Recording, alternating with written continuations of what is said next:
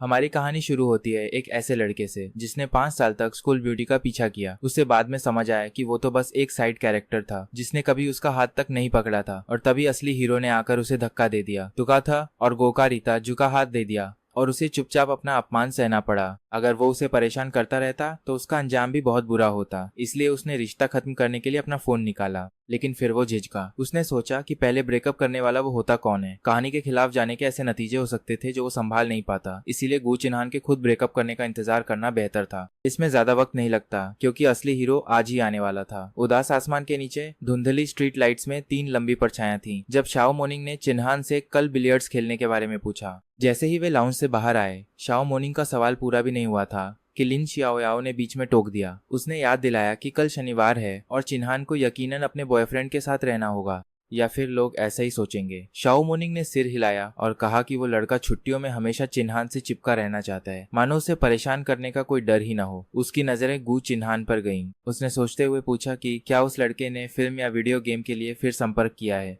गू चिन्हान सुस्त कदमों से चलते हुए शाओ मोनिंग को एक बेरुखी भरी छोटी नजर से देखने लगी, जिससे लगा कि उसका मूड नहीं है। उसने लापरवाही से जवाब दिया कि उसने संपर्क नहीं किया। इस पर शाओ मोनिंग सोचने लगी कि क्या वो ध्यान खींचने की कोई नई तरकीब अपना रहा है। शाओ मोनिंग लिन शियाओ की तरफ मुड़ी, ये देखने के लिए कि क्या वो अंदाजा लगा सकती है, पर चिन्हान का खराब मूड देखकर शियाओ ने उसे टाल दिया। जब शनिवार के बारे में पूछा गया तो गू चिन्हान ने बस एक बेरुखी भरी आवाज निकाली, जिससे शाओ मोनिंग आखिरकार चुप हो गई।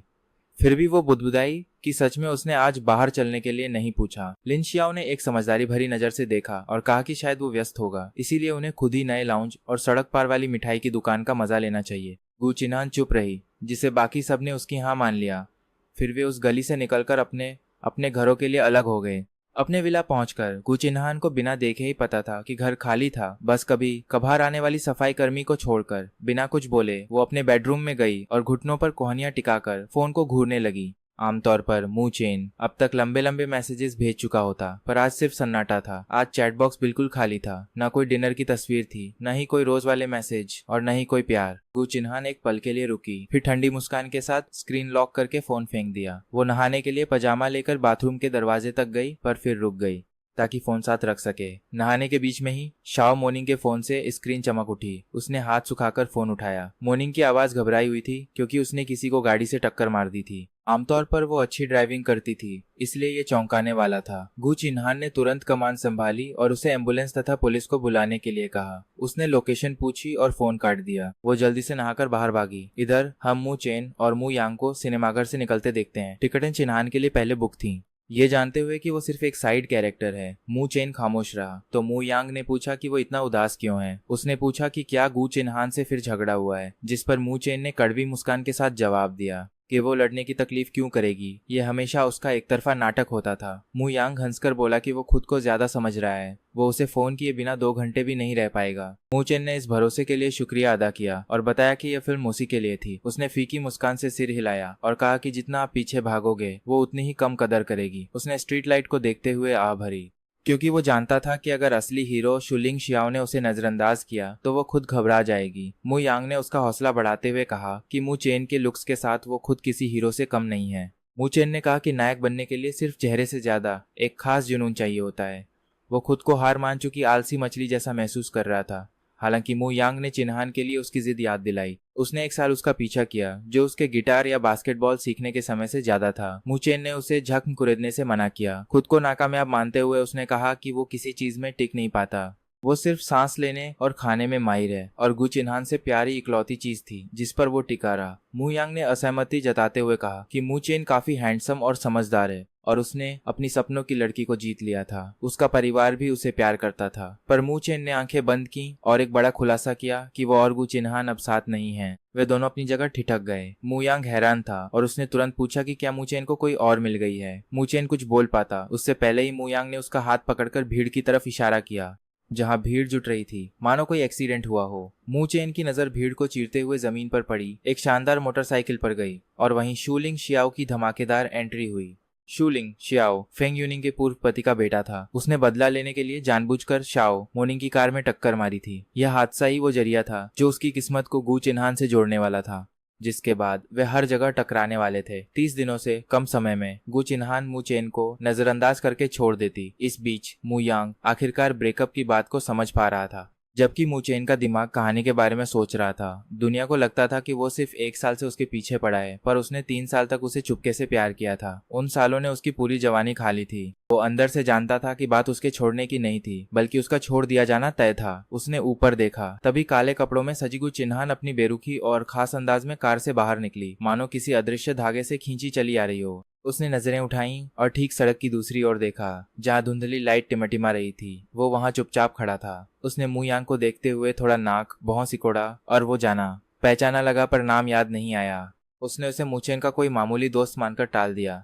उसकी नजर जमीन पर पड़ी, जहाँ मूचेन की लंबी और अकेली परछाई फैली हुई थी। तभी शाओमी घबरा कर आई और गु चिन्हान को ले गई। इधर मू यांग ने मू चेन को इशारा करके पूछा कि ये क्या खेल है। मू चेन भीड़ को देखने लगा, पर गु चिन्हान नजरों से गायब हो चुकी थी। पलक झपकते ही उसने फिर दोहराया कि उनके बीच सब खत्म हो चुका है और वो बस अजीब स्थिति से बचना चाहता था। वो मू यांग को खींचकर वहां से निकलने लगा। मू यांग ने उसे रोकने की कोशिश की, पर मू चेन का दिल तब जोर से धड़क उठा जब उसने फोन निकालकर स्क्रीन देखी। गु चिन्हान ने सचमुच उसे मैसेज भेजा था। ब्रेकअप के बावजूद उसका नाम फोन में चिन्हान ही सेव था। मू चेन ने तुरंत मू यांग को एक तरफ किया, क्योंकि उसे नाम बदलने का ध्यान नहीं रहा था। उसे याद आया कि कैसे उसने कभी फोन छीनकर वो नाम सेव किया था। अब उसे अपनी यह हरकत बेशर्मी भरी लगी। स्क्रीन खोलने पर उसे चैट में 2 शब्दों का मैसेज दिखा, मेरा इंतजार करो। उसने सोचा कि जब सब खत्म हो चुका है तो वो इंतजार करने को क्यों कह रही है। इस बात पर वो अपनी आंखें घुमाए बिना नहीं रह सका, भले ही उसने कुछ कहा नहीं। मैसेज बिल्कुल साफ था। उसने जल्दी से एक जवाब लिखकर भेजा और तुरंत चैट से बाहर आ गया। उसने प्यार से रखा वो निकनेम डिलीट किया और उसे वापस पूरा नाम गु चिन्हान दिया।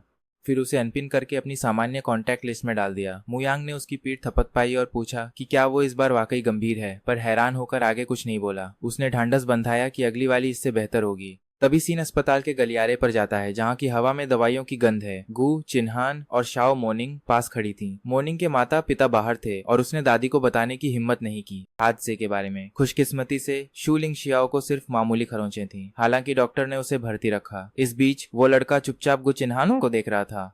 इस बीच जेले में उसे उसमें फौजियों जैसी कड़क छवि दिखी और उसने पूछा कि क्या वो भी स्टूडेंट है। वहीं शाओ मोनिंग ने शर्मिंदगी से माफी मांगते हुए इलाज का पूरा खर्च उठाने का वादा किया और पूछा कि क्या उसकी कोई और शर्त है। शूलिंग शियाओ ने नजरें हटा ली। उसने बस पूछा कि उसे कब तक अस्पताल में रहना होगा। जब से वे आए थे वो लगातार अपने फोन को घूर रहा था, मानो किसी मैसेज का इंतजार हो। शाओ मोनिंग ने फोन निकालकर उसके माता पिता को बुलाने को कहा, क्योंकि वो ज्यादा खर्च नहीं झेल सकती थी, पर शूलिंग शियाओ ने सिर झुकाया और उसे बस चले जाने को कहा। बिस्तर पर लेटे उस लड़के के चेहरे पर तीखी सफेद रोशनी पड़ रही थी, जिससे वह बेहद कमजोर लग रहा था। जब उसने उसके घर वालों से संपर्क करने की कोशिश की तो उसका पछतावा और गहरा गया, पर लड़के ने बेरुखी से कह दिया कि उसके पिता तो बहुत पहले ही दुनिया से जा चुके हैं। शाओ मोनिंग हैरान होकर खड़ी रह गई, क्योंकि वो अकेले रहने का दर्द अच्छे से समझती थी। उसने उदास होकर फोन रख दिया। वो चिंघान ने पहली बार आंखें उठाईं, पर इससे पहले कि वह चुलिंगशिया का चेहरा ठीक से देख पाती, उसके अपने फोन की स्क्रीन चमक उठी। उसने जल्दी से मैसेज पढ़ा, देर हो गई है, मैं जा रहा हूँ। उसने चैट बॉक्स खोला, पर उसकी उंगलियां बटन पर ही रुक गईं। वो एक शब्द भी टाइप नहीं कर पा रही थी। उधर शाओ मोनिंग ने फिक्र से पूछा कि क्या उनके परिवार में कोई और है, जैसे उनके दादाजी। चुलिंगशिया ने लापरवाही से कहा कि इतनी रात को किसी बुजुर्ग को परेशान करना ठीक नहीं होगा। इस बीच शाओ मोनिंग ने चिढ़कर अपने बाल खींचे। उसे लगा कि आज उसका दिन ही खराब है। उसके अपने पिता भी इस वक्त ऊपर के एक वार्ड में भर्ती थे,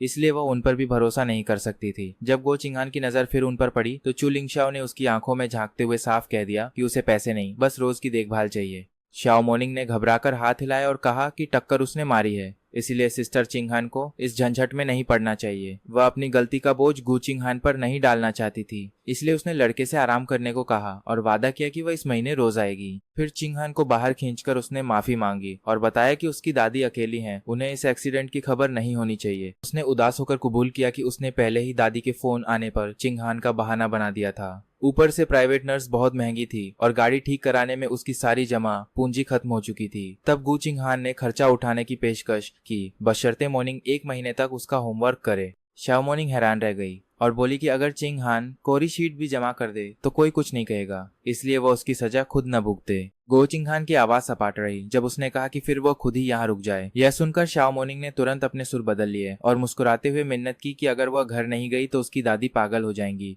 और चूंकि चिंगहान को घर जाना वैसे भी पसंद नहीं है तो क्या वह नाइट शिफ्ट संभाल सकती है। उसने वादा किया कि वह दिन में आलस नहीं करेगी और अगर चिंगहान ने छुट्टी ली तो स्कूल काउंसलर हंगामा कर देगा। वो चिंगहान ने उसे ठंडी नजर से देखा पर शाओ मॉर्निंग हताशा में पैर पटकने लगी। उसने मुस्कुराते हुए कहा कि सब उस पर छोड़ दे। उसने माना कि वह वैसे भी स्कूल जाकर लोगों के नखरे नहीं झेलना चाहती।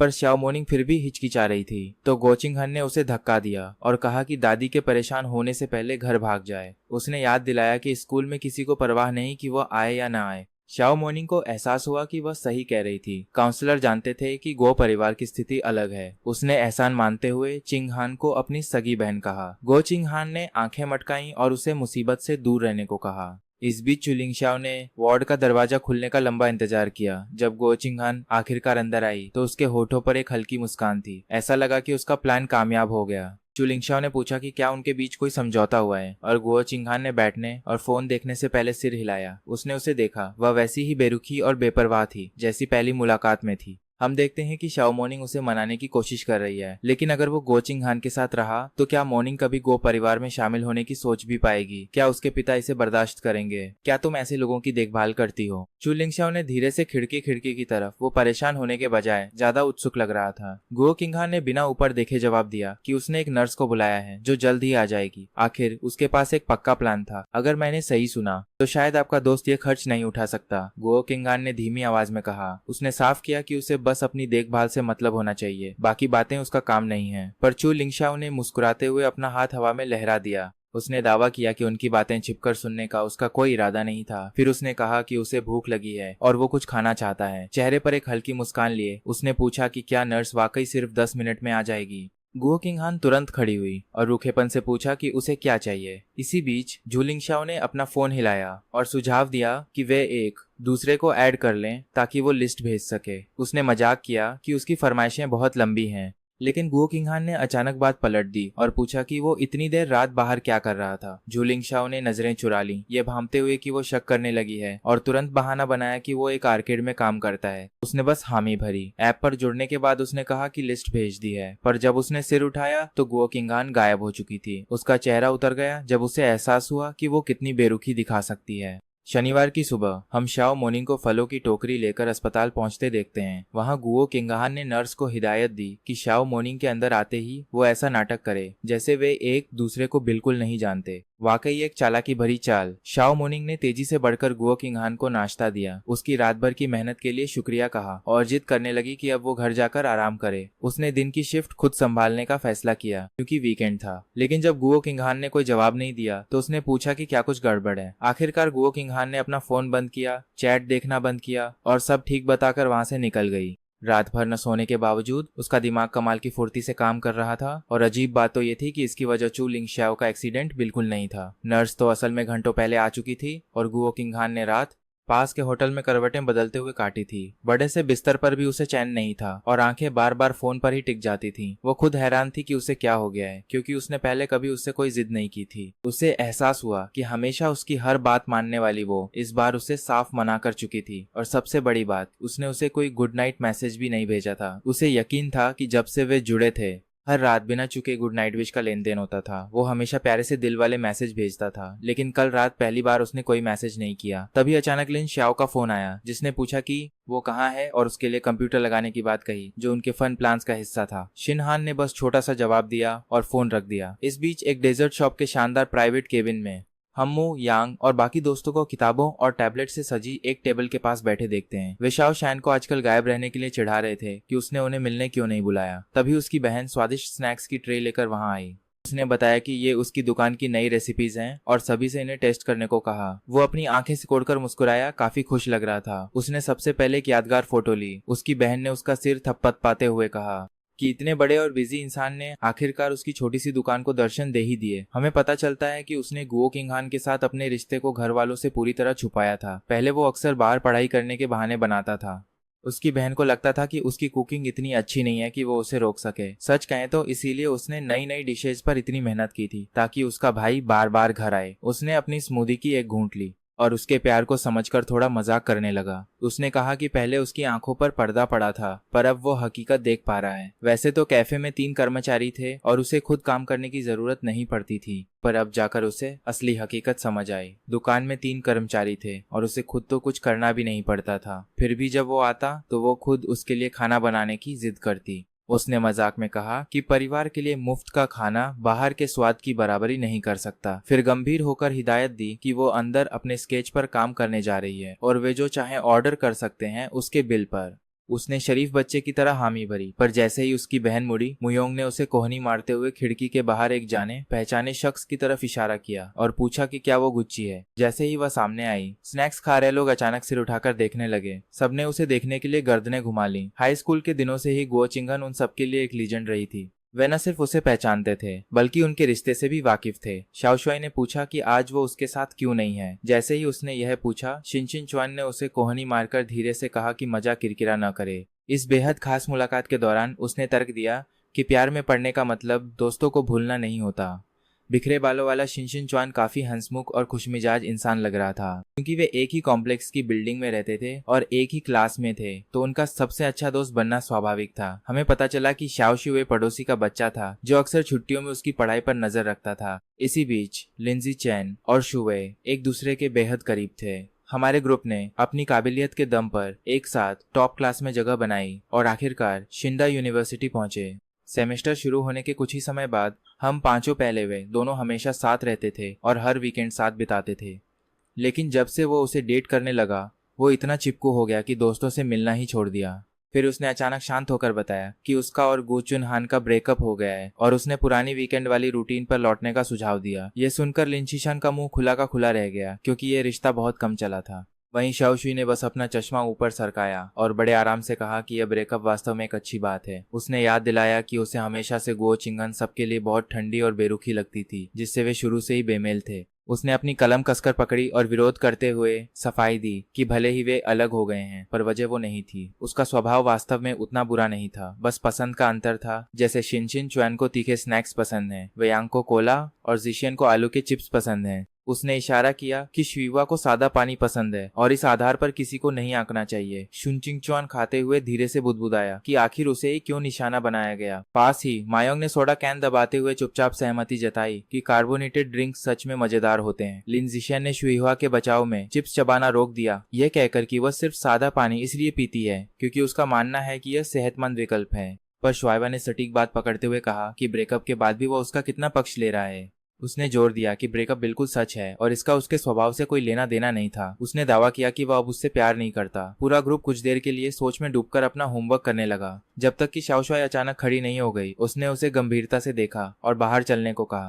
बाकी दोस्तों के एक दूसरे को देखने के बीच उसने पेन नीचे रखा और आधी पिघली हुई स्मूदी लिए उसके पीछे चल पड़ा। वहीं दूसरी ओर लाउंज की मध्यम रोशनी में गो चिंगहान गेम जीतने के बाद भी चिढ़ महसूस कर रही थी और उसकी आंखें बार बार खामोश पड़े फोन की तरफ जा रही थी। लिन शाओया ने उसका ध्यान भटकता देखकर बाहर जाकर कुछ स्नैक्स लाने की बात कही। स्नैक्स। गो चिंगहान ने फोन उठाया और खड़ी होकर शाओ से खेल जारी रखने को कहा, क्योंकि वह खुद कुछ लेने बाहर जा रही थी। लाउंज से बाहर कदम रखते ही तेज धूप ने उसकी आंखों को चौंधिया दिया और उसने आंखें सिकोड़ लीं। पर पास ही उसे एक डेजर्ट शॉप दिखी जिसका नाम शिंडियन था। यह नाम शैन शब्द की वजह से पहचाना लगा। वह अंदर गई और डिलीवरी के बारे में पूछा। क्लर्क ने हाँ में सिर हिलाया। भले ही कुछ शुल्क लगेगा। गुओ चिंगहान ने सिर हिलाया और तुरंत ऑर्डर के लिए एक पता दिया। उसने वहां भेजने के लिए मैंगो क्रेप और ब्लूबेरी चीज केक ऑर्डर किए। फिर अपने लिए कुछ और स्नैक्स लेकर शीन से निकली, हाथ में थैले लिए। उसने अचानक छोटे साफ बाल और हल्के पीले रंग की शर्ट वाले एक परिचित को देखा। उसके सामने सफेद कमीज और सफेद बेसबॉल कैप पहने एक लड़की खड़ी थी जो बिल्कुल साधारण मुलाकात लग रही थी। कम से कम ऐसा ही लगा।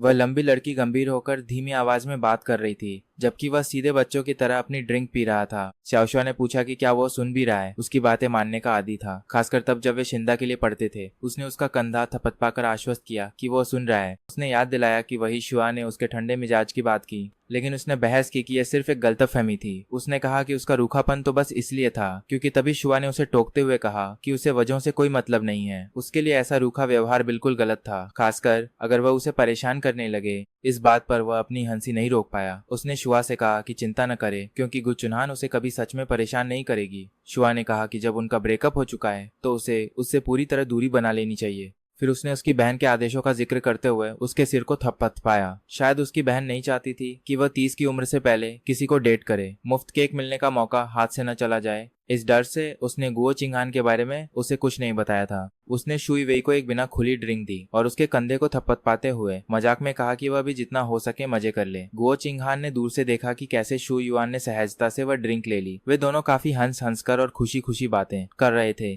खुश दिख रहे थे। गुओ चिंगहान ने अचानक अपनी नजरें घुमा ली। उस पल उनकी वह खिली हुई मुस्कान उसे अंदर तक चुभ गई। उसे शाओ मुनिंग की कई बातें याद आईं कि वह तो बस कुछ दिनों के लिए चीजें शुरू करने और फिर छोड़ देने वालों में से था। वह बस 3 मिनट का जोश दिखाने वाला इंसान था। लिन शाओ ने भी इस पर सहमति जताते हुए कहा था कि उसकी जिद को लेकर फिक्र करने की जरूरत नहीं है। उन्होंने माना था कि भले ही वह उसे हर रोज परेशान करे, वह आखिरकार हार मान ही लेगा। जब भी वे उसे उसके पास आते देखते, वे मजाक उड़ाते कि उसका 3 मिनट का जुनून फिर जाग गया है। गो चिंगहान ने कभी नहीं सोचा था कि यह दिखावटी और पल भर का लगाव पूरे 1 साल तक खिंच जाएगा। पूरा साल। अब कहानी अस्पताल के एक चमकदार कमरे में पहुंचती है जहां शाओ मुनिंग अपनी शिफ्ट खत्म करके निकलती है। गुओ चिंगहान देखभाल की जिम्मेदारी संभालने पहुंचती है। हमेशा बारीक नजर रखने वाली चूलिंग शाओ ने गौर किया कि कल की बेरुखी के मुकाबले आज उसका मूड कहीं ज्यादा खराब था। क्लासमेट गु, क्या तुम्हारा ब्रेकअप हो गया? लिंग शाओ ने आधा मजाक करते हुए पूछा। गुओ चिंगहान की उंगलियां वहीं ठिठक गईं और उसने तुरंत हैरान होकर पूछा कि उसे ये कैसे पता चला। लिंग शाओ ने समझाया कि चूंकि गु शिंडा में इतनी मशहूर है तो ऐसी बातें उसके कानों तक पहुंच ही जाती हैं। सच कहें तो ऐसी खबरें बहुत तेजी से फैलती हैं। अस्पताल के कपड़ों में भी चूलिंग शाओ काफी तरोताजा और चमकती आंखों वाली लग रही थी। दूसरी तरफ गुओ चिंगहान बेहद परेशान महसूस कर रही थी। वैसे तो किसी में उसे टोकने की हिम्मत नहीं होती थी, लेकिन ब्रेकअप शब्द ने उसके दिल को गहरी चोट पहुंचाई थी। हमारा ब्रेकअप नहीं हुआ है, गु चुनहान ने अपनी आदत के खिलाफ एक और वाक्य जोड़ते हुए कहा। हालांकि लिंग शाओ को किसी अलग जवाब की उम्मीद थी। वह जानती थी कि गु के रिश्ते कुछ दिनों से लेकर कुछ महीनों तक ही टिकते हैं और ज्यादातर इसीलिए खत्म होते हैं क्योंकि लड़के ज्यादा चिपको हो जाते हैं। उसे पहले भी गु को परेशान करते देखने के बाद लिंग शाओ को यकीन था कि वे 2 महीने से ज्यादा नहीं टिकेंगे। उसकी नजरों में वो गुओ चिंगहान के लिए कोई खास नहीं था। शायद उसने सोचा कि गु का खराब मूड बस इसीलिए था क्योंकि वह उसकी जिद से तंग आ चुकी थी। केयरगिवर के आते ही गुओ चिंगहान ने जिम्मेदारी सौंपी। उसने जाने की तैयारी की, लेकिन फिलहाल वह वहीं रुकी रही। चूलिंग शाओ उसे बिस्तर से देखती रही जब गु सोफे पर सिमटकर फोन चलाने लगी। उसने कुछ गेम खेले, लेकिन उसका ध्यान कहीं और ही था। जिन मैचों को वह हमेशा आसानी से जीत जाती थी, उनमें उसे लगातार हार का सामना करना पड़ा। इस झुंझलाहट में उसने गेम बंद कर दिया और उसकी नजरें भटकने लगी। उसकी आंखें सोशल एप्स पर जाकर टिक गईं। लिंग शाओ उसे लगातार देख रही थी कि कैसे गु स्क्रीन को निहार रही थी। उसकी पतली उंगलियां बिल्कुल थमी हुई थीं। वह काफी देर तक शांत बैठी रही।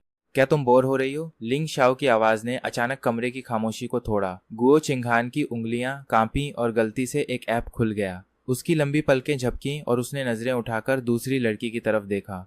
कहना मुश्किल था कि वह इस टोकने से चिढ़ गई थी या बस स्क्रीन पर खाली चैट बॉक्स को नहीं देखना चाहती थी। मैं भी तुम्हारे पसंदीदा गेम खेलती हूँ, साथ में टीम बनाए? लिंग शाओ ने मुस्कुराते हुए अपना फोन हवा में लहराकर पूछा। लेकिन गुओ चिंगहान की आंखों के सामने केवल दुकान के बाहर किसी और के साथ हंसते हुए उसकी तस्वीर घूम रही थी। उसका सीना भारी हो गया और उसका मूड और भी खराब हो गया। जाओ खुद ही कोई मैच ढूंढ लो, उसने ठंडे लहजे में जवाब दिया। चूलिंग शाओ पल भर के लिए ठिठक गई। वह समझ नहीं पाई कि उसने उसे कहाँ नाराज कर दिया। शर्मिंदा होने के बजाय उसने मजाक में तंग करते हुए कहा, क्लासमेट गु, मैं सच में जानना चाहती हूँ कि तुम्हारे जैसे स्वभाव वाले इंसान को कभी बॉयफ्रेंड कैसे मिला था। इससे पहले कि गुओ चिंगहान कोई जवाब देती, केयरगिवर ने दरवाजा खोला और अंदर आ गई।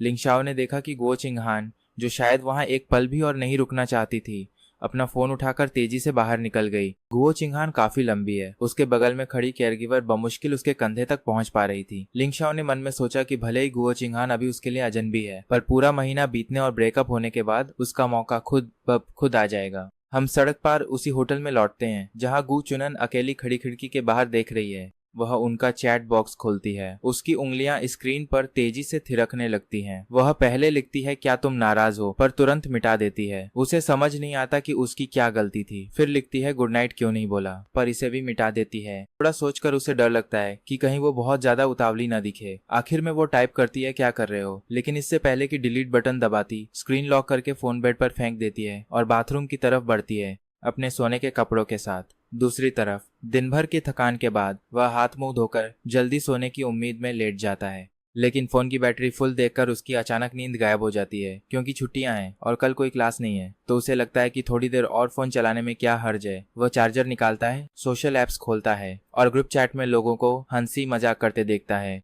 लेकिन उसका पिन किया हुआ कॉन्टैक्ट गुची हान शांत है। गलती से उसका हाथ उनके चैट पर पड़ता है और एक सोते हुए चांद का इमोजी चला जाता है। जब तक उसे अपनी भूल समझ आती है, मैसेज वापस नहीं लिया जा सकता था। वह चिढ़कर अपना सिर तकिए में दबा लेता है और इंटरनेट पर जबरदस्ती मैसेज वापस लेने का तरीका ढूंढने लगता है। जाहिर है उसे कुछ नहीं मिलता। ठीक उसी पल गो चिंगहन सफेद तौलिया लिए बाथरूम से बाहर आती है। गले पर और गुलाबी चमकती त्वचा के साथ उसने आदत के मुताबिक अपना फोन उठाया। स्क्रीन पर बस एक नजर डालते ही वह वहीं ठिठक गई। सच कहूं तो उसे इसकी उम्मीद नहीं थी। पानी की एक बूंद व बूंद उसकी पलकों पर गिरी और उसने उसे हकीकत में वापस ला दिया। उसने अपने होंठ दबाए, आंखें थोड़ी सिकुड़ गईं। दोनों हाथों से फोन को पकड़कर उसने काफी देर तक गहरी सोच में सिर झुकाए रखा, लेकिन फिर भी कोई जवाब नहीं भेजा। वह जिस इलाके में रहता है वहाँ चारों तरफ हरियाली है। खिड़की के बाहर घनी टहनियां झूल रही हैं और रात के कीड़ों का शोर शुरू हो गया है। रात की इस लय को सुनते हुए उसका दिल आखिरकार शांत होने लगा। उसने अपने सिर से कंबल हटाया और माथे को छूने के लिए हाथ बढ़ाया। माथा पसीने की हल्की परत से भीगा था। एसी का तापमान कम करने के लिए उसने अपना फोन उठाया और ठीक उसी पल उसका फोन अचानक थरथराया। यह गो चिंगहान का मैसेज था। उसने घबराकर थूक निगला। उसकी धड़कनें अपने आप तेज हो गईं। अंदर से वो वाकई हैरान था, क्योंकि वो तो आमतौर पर उसे अनदेखा करती थी, लेकिन आज उसने सच में जवाब दिया था। उसने अपनी घबराहट को काबू किया और चैट खोली, जहां सिर्फ 3 सीधे शब्द थे, मैं करूंगी। उसने बेबसी से सिर हिलाया, ये जानकर कि जब वह जवाब देती भी है तो वह सिर्फ औपचारिकता निभाने और आगे की शर्मिंदगी से बचने के लिए होता है। उसने एक बड़ा फैसला लिया और उसे अपने कॉन्टैक्ट से हटा दिया। चूंकि वह कभी खुद बात शुरू नहीं करती, उसने मान लिया कि उसे कभी पता भी नहीं चलेगा। उसे डिलीट करने के बाद उसने बस चार्जर लगाया और गहरी नींद में सो गया। उधर शहर के दूसरे छोर पर गुची हान अकेली बालकनी में खड़ी थी और रात की ठंडी हवा महसूस कर रही थी और उम्मीद से उसके जवाब का इंतजार कर रही थी। तभी फोन पर घंटी बजी।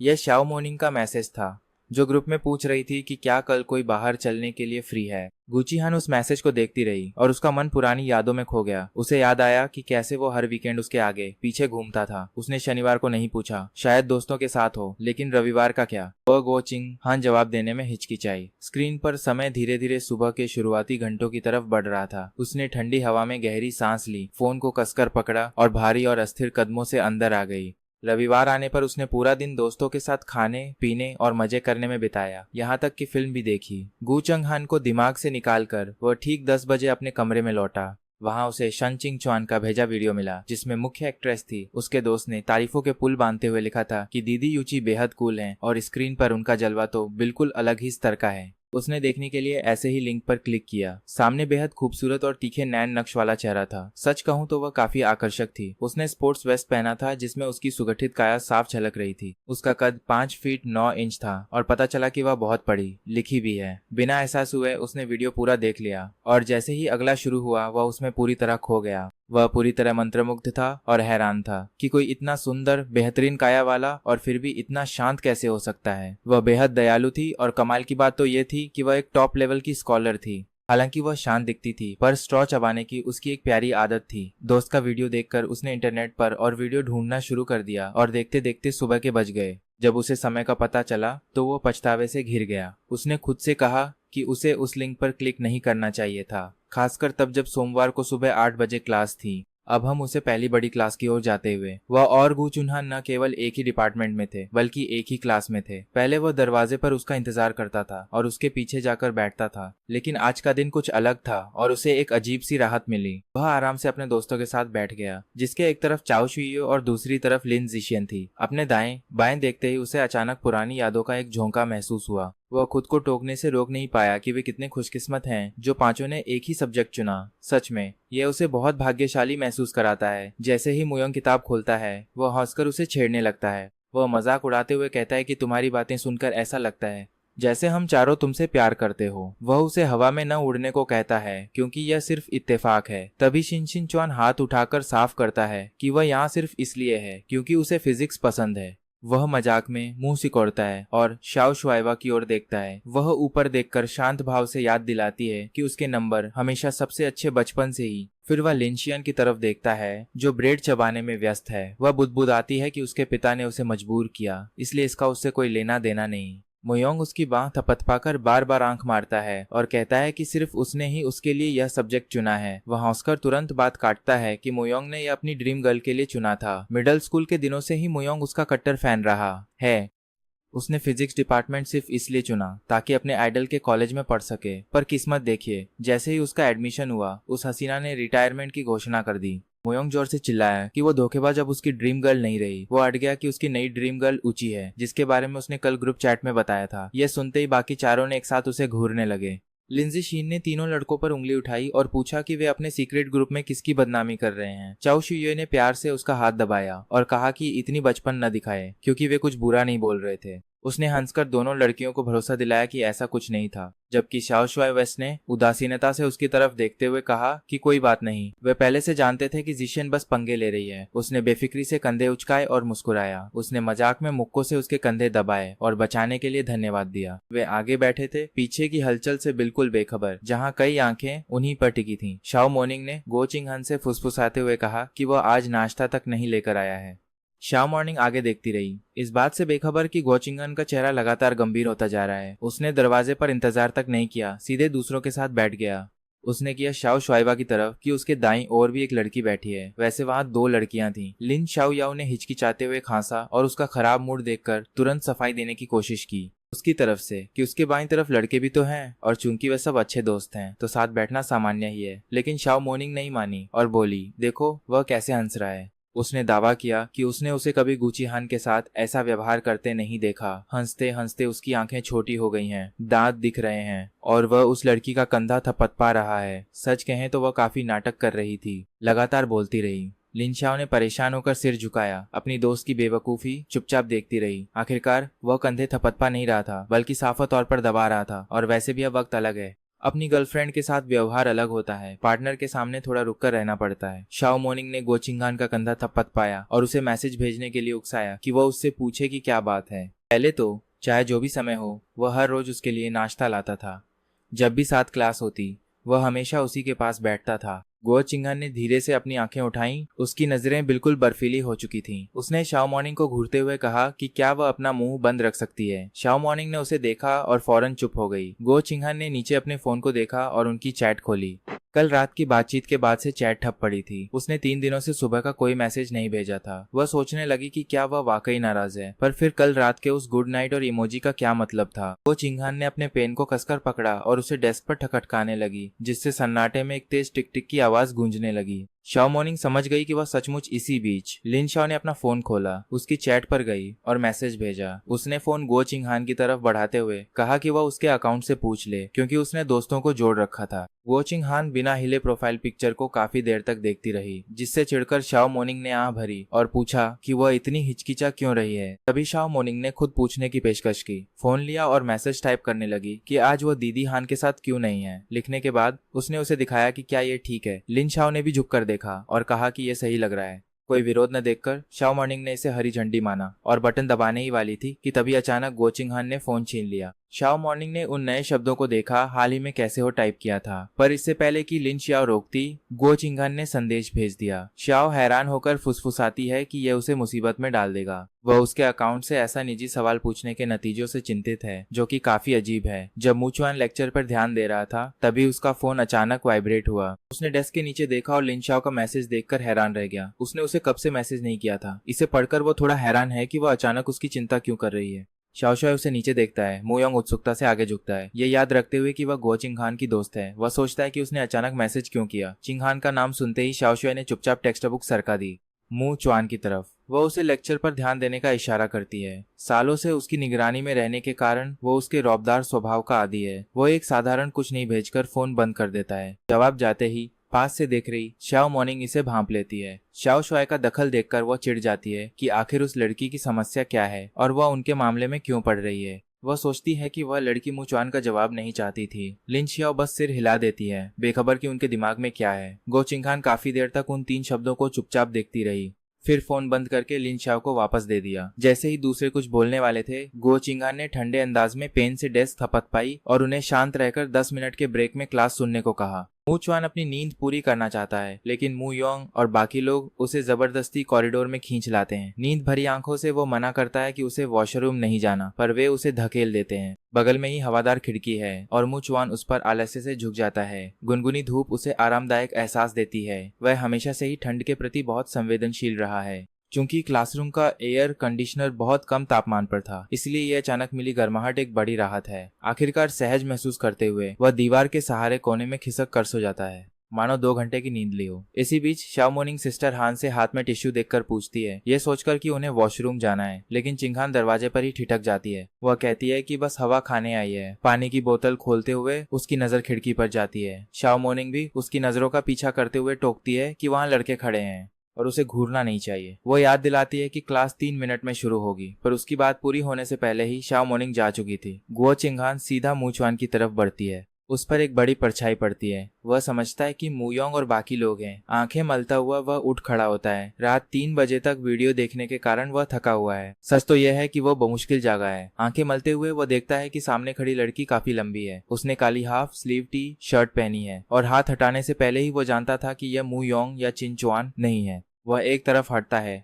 और तभी उसकी नजर उसके हाथ की पानी की बोतल पर जाती है। पुराने दिनों में वह शायद टोकने लगता और किसी बुजुर्ग की तरह बड़बड़ाता कि ठंडा पानी पेट और सेहत के लिए नुकसानदेह है, पर इसके बजाय गो चिंगहान उसे टिश्यू देती है। वह पहले नहीं समझता, पर माथा छूकर उसे एहसास होता है कि उसे पसीना आ गया है। वह माथा पोंछने के लिए टिश्यू लेता है। तभी चिंगहान बोलना शुरू करती है, पर मुयोंग और दूसरों को देख वह तुरंत हाथ हिलाकर चिल्लाता है ताकि वे उसे देख सकें। वह वहाँ है। गो चिंगहान उसे देखती है, ये जानते हुए कि उसने हाथ में ठंडा पानी देखा था। फिर भी उसने कुछ नहीं कहा। उसने सलाह का एक शब्द तक नहीं बोला, न ही उसे पलटकर देखा। उसने मुड़कर कॉरिडोर देखा और अपने दोस्तों के पीछे क्लास में चला गया। शाओ मोनिंग वॉशरूम से बाहर भागी और उसने चिंगहान के हाथ में बोतल देखी। वो हैरान होकर अपना सिर खुजलाती है और पूछती है कि सिस्टर हान, क्या वो सिर्फ हवा खाने नहीं आई थी? गो चिंगहान बिना बोले क्लास की तरफ चली जाती है। मू योंग मजाक में नाटक करते हुए शिकायत करता है कि मू चुआन उसे नजरअंदाज कर रहा है। मू योंग और चिन चुआन उसे किनारे ले जाकर पूछते हैं कि उसके और गो चिंगहान के बीच क्या चल रहा है। वह इधर उधर देखता है कि हंगामा किस बात का है। उसने तो बस पसीना देखकर टिश्यू दिया था। सीटों पर लौटते ही शाओ शुआ कहती है कि उसकी जेब में पहले से टिश्यू थे। वह सन्न रह जाता है। उसे यकीन था कि उसने खुद कोई टिश्यू नहीं रखा था, पर हाथ डालते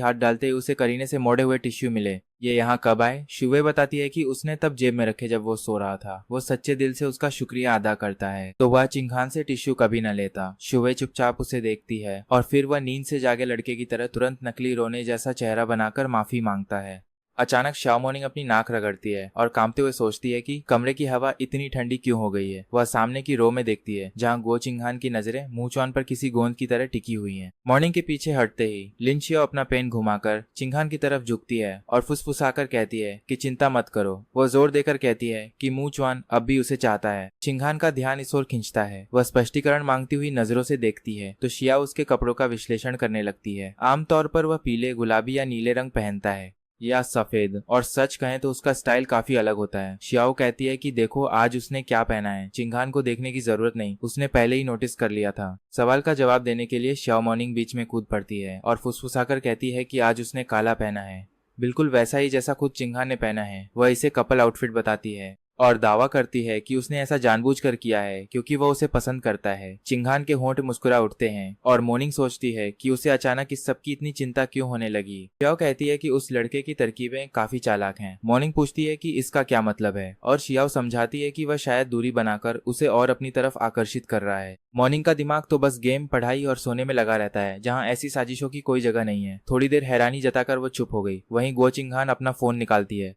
और एक खास नाम खोजने के लिए ब्राउजर खोलती है। वह बो यूसन टाइप करती है। इस बीच ब्लैकबोर्ड से नोट्स उतारने में व्यस्त मॉर्निंग अपनी सहेली का ध्यान देखकर उत्सुकता से आगे झुकती है और पूछती है कि वह कब से हस्तियों की प्रशंसक बन गई। वह हैरान है कि अचानक उसकी रुचि बो यूसन जैसी अभिनेत्री में क्यों जगी। चिंगहान फोन की स्क्रीन बंद करके अपना पेन उठाती है। किताब देखते हुए वह पूछती है कि क्या वह उसे जानती है। मोनिंग कहती है कि उसके करोड़ों चाहने वाले हैं और उससे मिलना नामुमकिन है क्योंकि वह हमेशा चिल्लाती भीड़ से घिरी रहती है। चिंगहान का पेन एक पल के लिए रुकता है, पर वो इस बात का कोई जवाब नहीं देती। वह बस उदासीनता से हामी भरती है और दोबारा सवालों में खो जाती है, जिसे देखकर मोनिंग हैरान है कि वह कितनी आगे निकल चुकी है। मॉर्निंग मजाक में कहती है कि कमजोर छात्रों के लिए भी कुछ छोड़ दे। उसका मानना है कि होशियार होना ठीक है, पर इतनी मेहनत करना तो सरासर नाइंसाफी है। उसने देखा कि उसका काम आधा भी नहीं हुआ है, जबकि चिंगहान खत्म कर चुकी है। वह बताती है कि वह अस्पताल में चू लिंग शाओ से मिलने जाएगी। उसने नोट्स मांगे तो चिंगहान ने दे दिए। क्योंकि वह अगली क्लास में नहीं होगी। मॉर्निंग हैरानी से आ भरती है कि उसकी सहेली ने वैकल्पिक विषय भी इतनी जल्दी पूरा कर लिया और मजाक में अपने लिए नया पार्टनर ढूंढने की बात कहती है। चिंगहान बताती है कि कल रात नींद न आने के कारण उसने सारा काम कर लिया। उसे किसी मैसेज के जवाब की उम्मीद थी, पर जब बोरियत बढ़ी तो उसने गेम खेलने के बाद किताबें खोल ली।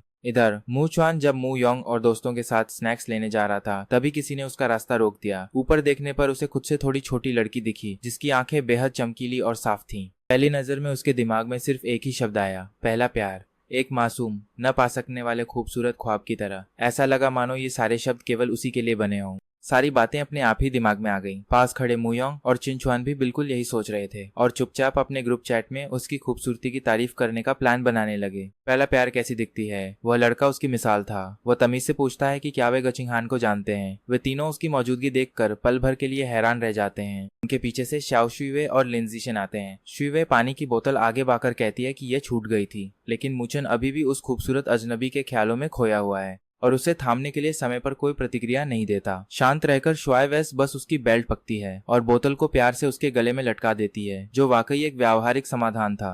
फिर वह आगे बढ़कर उसके टोपी का किनारा ठीक करती है। बाहर आते ही चिंगहान को यही नजारा दिखता है। कांच से छनकर आती धूप उन्हें चमका रही थी। सफेद कपड़ों में खड़ी लंबी चौड़ी शुआइवे धूप को रोककर मूचुन की आंखों को तेज धूप से बचाती है। वह बोतल को संभाल कर रखती है और प्यार से उसकी टोपी सीधी करती है। इसके बाद मूचन मुड़कर उसे मुस्कुराकर देखता है, जिससे उसके बाल चमक उठते हैं, जो उसके चेहरे पर एक सुनहरी परछाई जैसा दिखता है। धूप रुकने के बाद भी वह इतनी सादगी से खड़ा था कि सबका ध्यान उसी पर था। सच कहें तो यह नजारा किसी पेंटिंग जैसा सुंदर था। चूलिंगशाओ फिर मूचन के पास से गुजरता है और धीरे धीरे चिंगहान की तरफ बढ़ता है। वह उसे देखकर प्यार से मुस्कुराता है, हालांकि उसकी आंखों में थोड़ी झिझक साफ दिख रही थी। वह धीरे से कहता है कि उसे कुछ कहना है। लिंगशाओ की आवाज बहुत धीमी और कोमल थी, जो मूचन के बात करने के अंदाज से बिल्कुल अलग थी। जहां मूचन हमेशा जोश से भरा रहता था, वहीं यह पल बहुत जुदा था। चिंगचुआन ध्यान खींचने के लिए मूचन की आस्तीन खींचता है। मूचन मुड़ जाता है और पीछे न देखने का फैसला करते हुए शुयू और मुयोंग के साथ चला जाता है, लेकिन चिंगहान की नजरें उस पर टिकी रहती हैं।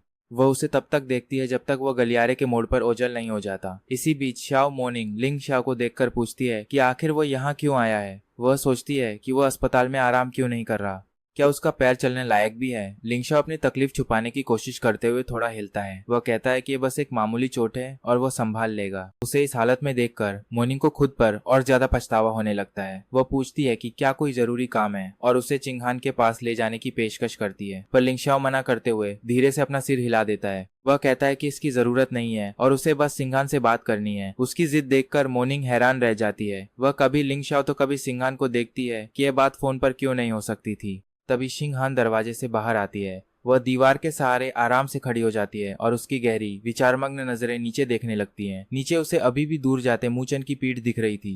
वह ज्यादा दूर नहीं गया था कि शुवे अपने बैग से छाता निकालती है और धूप से बचाने के लिए उसे खोल देती है। लिंगशाओ खामोशी से यह सब देखता है। मॉर्निंग बीच में आकर कहती है कि वह अपनी बात उसे ही बता दे, क्योंकि चिंगहान का मूड आज ठीक नहीं है। लिंगशाओ धीरे से सिर हिलाता है और थोड़ा पीछे हटकर कहता है कि वह ये बात सिर्फ अकेले में ही कर सकता है। वह उससे बस एक पल मांगता है। तभी फोन में व्यस्त शाओ टोकते हुए सीधे चेतावनी देती है कि अगर वो अभी गया भी तो शिंगहान उसकी बात नहीं सुनेगी। फिर शाओ मोर्निंग को अपना फोन दिखाती है, जिसमें हान का संदेश था कि वे उसका इंतजार न करें और पहले निकल जाएं। मोर्निंग एक बार फिर लिंगशाओ के घायल पैर को देखती है और आखिरी बार पूछती है कि क्या सच में उसे अस्पताल वापस जाने के लिए गाड़ी नहीं चाहिए, पर वह खामोश रहकर दूसरी तरफ देखने लगता है। उसका इनकार देखकर मोर्निंग हार मान लेती है और उसे संभाल कर जाने को कहती है, क्योंकि वह खुद पर कोई और मुसीबत नहीं चाहती। लिंगशाओ उसकी नजरों से बचता है और आखिरकार मोर्निंग और शाओ चले जाते हैं, उसे उस शांत गलियारे में अकेला छोड़कर। ऊपर सिंघान खिड़की पर हाथ रखकर नीचे की आकृतियों को छोटा होते देख रही थी। उसने अपने लाइटर से खेलना बंद कर दिया।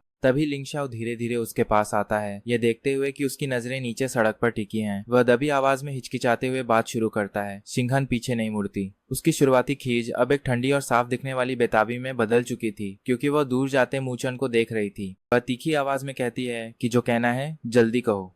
लिंगशाओ पास के वॉशरूम को देखता है। उसे जगह ठीक नहीं लगती, तो फौरन मेरे सामने से हट जाओ, गु चंग हान ने सीधे खड़े होते हुए कहा। उसने उसकी तरफ बेहद बेरुखी और ठंडी नजरों से देखा। उसकी आंखों में कोई भावना नहीं थी। लिंगशाओ उसके गुस्से को अच्छे से जानता है, लेकिन इस बार बात कुछ अलग थी। पहले वह थोड़ी दूर रहती थी पर हमेशा अपनी मर्यादा बनाए रखती थी। ऐसा सीधा और रूखा इनकार उसने पहले कभी नहीं सुना था। वह पूछती है कि क्या उसे समझने में दिक्कत हो रही है, वो भी साफ शब्दों में। शिंघान अपने हाथ समेटती है और उसके पास से गुजरने लगती है। लिंगशाओ आवाज देकर चेतावनी देता है कि अगर उसने अभी उसकी बात नहीं सुनी तो बाद में उसे पछताना पड़ेगा। शिंघान रुक जाती है। वो उससे पूछती है कि क्या पछतावे की एक वजह कम होना अच्छी बात नहीं होगी। फिर भी वो कहती है कि उसका पछतावा उसका अपना मामला है। लिंगशाओ की तरफ बिना देखे वो सीधे सीढ़ियों की ओर बढ़ जाती है और वह उसे जाते हुए देखता रहता है। आज वह अपने फोन में व्यस्त नहीं थी, जिससे वह उसका रूखा व्यवहार और भी साफ देख पाया। एक तरह से यह मुलाकात काम की रही। यह साफ था कि इस औरत को संभालना आसान नहीं। कई दिनों से लिंगशाओ ने गोचिंगहान को कोई मैसेज नहीं भेजा था, जब तक कि अगली स्कूल की छुट्टियां नहीं आ गईं। वह घर जाने के लिए अपना बैग उठाता है, लेकिन जैसे ही वह अपने किराए के कमरे का दरवाजा खोलता है उसे वह दिख जाती है। गोचिंगहान गलियारे में खड़ी थी।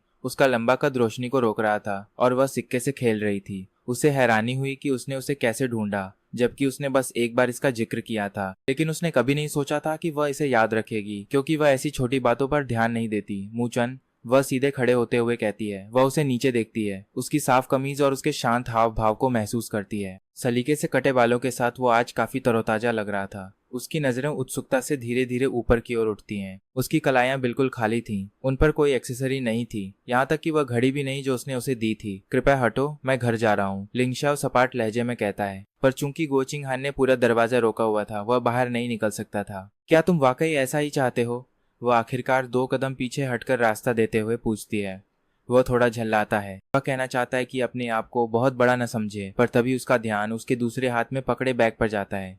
इससे पहले कि वह खुद को रोकता, उसके मुंह से निकल गया कि उसे मीठा कब से पसंद आने लगा। गोचंगहान खिड़की से बाहर देखते हुए बैग पीछे छुपा लेती है। कभी कभी स्वाद बदलना अच्छा लगता है, वो जवाब देती है। वो कुछ नहीं कहता, क्योंकि वो जानता है कि गोचंगहान अपने लिए कभी मीठा नहीं खरीदती। फिर अचानक उसे ख्याल आता है कि वो अपने पहले प्यार के साथ है, तो किसी लड़के के लिए मीठा खरीदना उसके लिए बहुत आम बात है। जो भी हो, वो बड़बड़ाते हुए अपना बैग संभालता है, पट्टी कसता है और दरवाजा बंद कर देता है। फिर वो अपने कीचेन को देखता है, जिसमें पैट्रिक स्टार का खिलौना लगा था। उसने उसे इसका मैचिंग स्पंजबॉब दिया था, पर उसने उसे कभी इस्तेमाल करते नहीं देखा। खैर, अभी किचन समस्या नहीं थी। उसे अचानक याद आया कि वो अपनी पानी की बोतल टेबल पर ही भूल गया है। क्या पास ही खड़ी गोचंगहान को पता है? उसकी नजरें हमेशा की तरह बेरुखी से फोन की स्क्रीन पर टिकी थीं। सच कहें तो वह इस वक्त उससे बिल्कुल उलझना नहीं चाहता था। वह सोचता है कि बोतल छोड़ देना ही ठीक है और नीचे जाने के लिए मुड़ता है। गोचिंगहान उसके पीछे पीछे चलने लगती है और सीढ़ियां उतरते समय दोनों के कदम अजीब तरह से एक साथ पड़ रहे थे। गोचिंगहान अपने फोन पर शाओ द्वारा भेजी लोकेशन देखती है। मॉर्निंग ने उसे फिर से गेम खेलने के लिए बुलाया था। वह बिना किसी जल्दी के लंबे कदमों से उसके पीछे चलती है। उसके लंबे पैर उसे बहुत तेजी से आगे ले जाते हैं और वह चलते चलते ग्रुप चैट पर मैसेज का जवाब देती है। नीचे पहुंचकर वह सीधे एक छोटी दुकान पर जाता है। वह तुरंत एक नया कीचेन खरीदता है, इस बार क्रेयोन शिनचैन वाला, और उसे अपनी चाबियों में लगा लेता है। गोचंगहान उसे देखती है, जिसने बिना एक पल सोचे पुराने पैट्रिक स्टार किचन को डस्टबिन में फेंक दिया था। वैसे भी वह घर पर धूल ही खा रहा था। चाबियों ठीक करने के बाद वह आसपास देखता है और पाता है कि गोचंगहान वहां नहीं है। मैचिंग किचन फेंकते देखकर उसका इरादा साफ हो गया होगा और गोचंगहान भी वैसी नहीं थी जो पीछे मुड़कर देखे। अब से शायद उनकी जिंदगी कभी नहीं मिलेगी। वह राहत की सांस लेता है और अपनी भूली हुई बोतल लेने वापस ऊपर जाता है और घर के लिए निकल जाता है। मेट्रो में बैठकर वो फोन देखता है, जहां माँ का मैसेज था कि आज रात उनकी ड्यूटी है और पिता भी काम से बाहर गए हैं, खाली होगा। वह पूछती है कि क्या वो दादी के घर रहना पसंद करेगा। अकेले नहीं रहने के लिए उसने हाँ कह दिया और सफर के लिए तैयार हो गया। उसकी दादी पुरानी इमारत में सिर्फ 2 स्टेशन आगे रहती हैं। पुरानी अपार्टमेंट बिल्डिंग में हर मंजिल पर सिर्फ 2 फ्लैट हैं और शाओ शुइवा बिल्कुल सामने रहती है। जैसे ही उसने दादी का दरवाजा खोला, उसने शुइवा को फलों की प्लेट लेकर बाहर आते देखा। एक पल को उसने सोचा कि क्या वो किसी गलत घर में आ गया है। उसने पूछा कि वो वहाँ क्या कर रही है, लेकिन दादी को उसका मैसेज पहले ही मिल चुका था, इसलिए उन्हें उसे देखकर कोई हैरानी नहीं हुई। उनका झुर्रियों वाला चेहरा खिल उठा और उन्होंने उसे प्यार से बुलाया और अंदर आकर कुछ देर आराम करने को कहा। सच कहें तो वह उसे देखकर बेहद खुश लग रही थी। उन्होंने बताया कि खाना जल्द ही तैयार हो जाएगा। शिवा ने फलों की प्लेट टेबल पर रखी और उसे बैग लेकर अंदर आते देखने लगी। उसने सहजता से आम का टुकड़ा उठाया और उसके होठों के पास ले गई, ये बताते हुए कि वह बस उसकी दादी से मिलने आई थी। ये एक प्यारा घरेलू नजारा था। उसने आम का एक बड़ा टुकड़ा खाया जब वह अपना बैग नीचे रखता है। शुआइवे ने उसकी खाली पानी की बोतल ली और उसके लिए गुनगुना पानी भरने चली गई। उसकी दादी ने बताया कि जब वह बाहर था तो युवा शुआइवे ही उनका साथ दे रही थी। ऐसा लगता है कि वे काफी करीब आ गए हैं। उसने मजाक में दादी के गाल खींचकर पूछा कि क्या शुआइवे भी उनका वैसे ही ख्याल रखती है जैसे वो रखता है। फिर उसने चिंतित होकर पूछा कि उनका वजन कम क्यों लग रहा है। हालांकि उन्होंने इससे इनकार करने की कोशिश की। उसने शुआई वे की तरफ मुड़कर पूछा कि क्या वाकई दादी कमजोर लग रही हैं। घर की गर्माहट ने बाहर सड़क के शोर को दबा दिया। इस बीच गुओ चिंगहान एक गाड़ी की पिछली सीट पर बैठी थी। उसकी आंखें बंद थीं। वो अभी अपने हाथ में मीठे का वो थैला पकड़े हुए थी। ड्राइवर की सीट पर बैठे अंकल ली ने रियरव्यू मिरर में देखा और काफी देर हिचकिचाने के बाद आखिरकार बोले। उन्होंने कहा कि चूंकि उन्होंने उसे बड़ा होते देखा है, इसलिए आगाह करना उनका फर्ज है। इस बार घर लौटने पर उसे अपने पिता प्रेसिडेंट गू से बिल्कुल नहीं उलझना चाहिए। उन्होंने याद दिलाया कि अब हालात बदल चुके हैं। अंकल ली कहना चाहते थे कि बदल गया है, खासकर अब जब घर में नई मालकिन आ गई है। अगर फैंग मिनेंग को एक और बच्चा हो गया तो शायद उसके पिता गुचेंग हान जैसी बेटी की परवाह करना छोड़ दें, जो सिर्फ मुश्किलें खड़ी करती दिखती है। लेकिन गू को देखकर चेंगहान का थका हुआ चेहरा और बंद आंखें देखकर वह इन कड़वे शब्दों को पूरा नहीं कह पाए। अगर वह औरत सचमुच गर्भवती हो जाती है तो उसके पिता जल्द ही उसकी जगह कोई दूसरी जवान लड़की ढूंढ लेंगे। गुचिंगहान ने ठंडी बेरुखी से मुस्कुराते हुए कहा, हमें पता चला कि जब उसकी माँ गर्भवती थी तब भी उसके पिता बेधड़क बाहर नाजायज रिश्ते रख रहे थे। ये एक सिलसिला बन चुका है।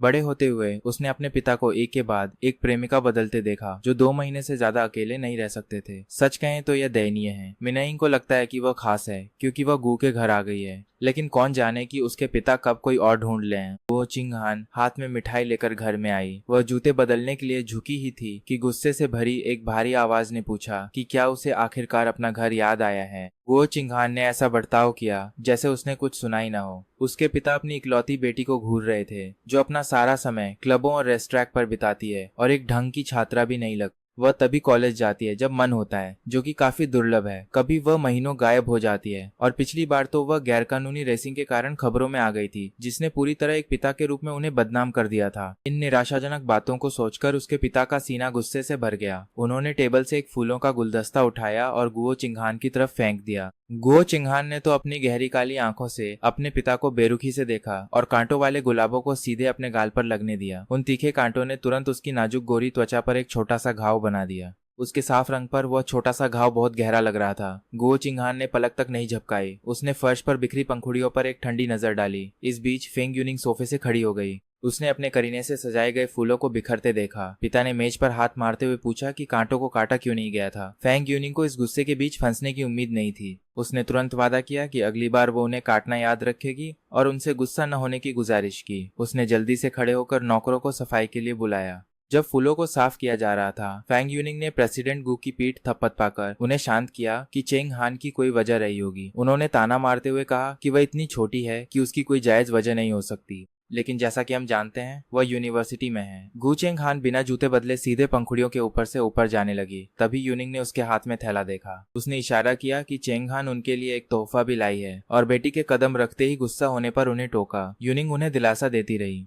हालांकि वह अब इस बड़े विला में रहती है, पर प्रेसिडेंट गू से उनकी शादी आधिकारिक तौर पर नहीं हुई है, जिससे यहाँ उनकी स्थिति कमजोर है। सच कहें तो वो उन्हें बारीकी से देख रही है। वो भले ऐसा जताते हो कि उन्हें अपनी बेटी की परवाह नहीं है, पर असलियत अलग है।